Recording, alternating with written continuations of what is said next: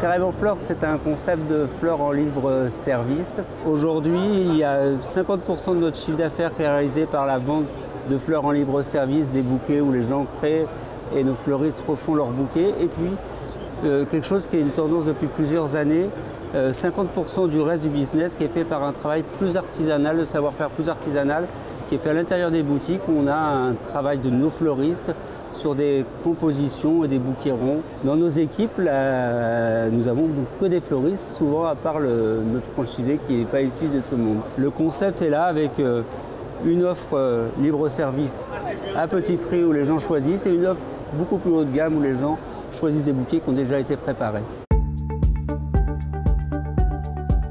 2016 pour nous c'est un point important parce qu'on est arrivé à 31 magasins là, pour le salon. On a ouvert la semaine dernière notre 31e magasin. On a commencé en 2012, on était 7 magasins, donc on a une croissance assez intéressante pour nous. 30 magasins c'était assez important parce qu'on s'aperçoit que c'est la taille où les réseaux survivent. C'était important d'arriver à ce point-là. Et puis la deuxième chose c'est que c'était notre seuil de rentabilité aussi. C'est-à-dire que quand on développe en franchise, on a beaucoup de charges fixes. Et aujourd'hui, notre franchise devient économiquement pérenne. Donc c'était important pour nous. On sera fin 2017 à 36-37, c'est les signatures qu'on a, sans compter celles du salon qui viendront peut-être. Et j'aimerais fin 2019 arriver à 50 points de vente. Et la différence importante par rapport à nos autres concurrents, c'est qu'on s'est positionné avec une idée qu'il fallait que les royalties soient beaucoup plus basses. Et on a divisé les royalties par 2 par rapport à nos concurrents et on a 3% plafonné à 12 000 €. À 3%, nos franchisés peuvent gagner de l'argent et la tête de réseau doit gagner de l'argent avec ça, c'est ce qu'elle doit faire. Donc c'était mon modèle. Et comme on a un chiffre d'affaires moyen qui est 600 000 €, 598 000 € pour être précis en 2016, on a plutôt un seuil de rentabilité qui est quand même meilleur que nos concurrents.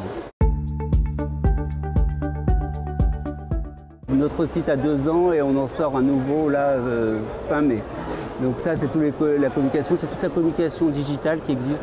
C'est toutes les pages des réseaux sociaux qu'on a maintenant un chargé de communication qui fait toute l'animation des réseaux. C'est tout ce qui est par exemple avis vérifié qu'on a mis en place et pour les magasins et pour notre site internet pour valider, pour respecter bien nos concepts. Et puis après, c'est les audits, c'est les conventions qu'on peut réunir, que l'on peut faire, c'est les animateurs qui passent dans le magasin, c'est le soutien à l'ouverture, c'est tous ces services, comme la plupart des franchiseurs qu'on apporte. 17 000 € de droits d'entrée, 7 000 € de formation initiale. Il faut compter un investissement total de 200 000 € à peu près pour notre magasin et il faut avoir un apport de 60 000 € pour venir chez nous. Le chiffre d'affaires moyen 600 000 € et les royalties, ce que je parlais tout à l'heure, à 3%, plafonné à 12 000 €, ce qui fait que quand les magasins font plus de 400 000 €, ça devient une charge fixe. Pour les gens qui n'auraient pas assez d'apport, qui n'ont pas les 60 000 € et qui ont un profil intéressant pour nous, on est prêt à compléter les apports en prenant quelque part dans la société, tout en restant actionnaire minoritaire bien sûr. Bon manager, bon gestionnaire, bon commerçant, ça c'est le rêve de tout franchiseur, mais surtout pas d'investisseurs. C'est-à-dire que quand je parle d'investisseurs, c'est des gens qui vont venir pensant qu'on met la clé dans la porte et qu'on va gagner de l'argent sans travailler. Ça serait mentir quand ils disent ça. Donc j'ai vraiment besoin de gens qui vont être les mains dans les fleurs et dans la boutique.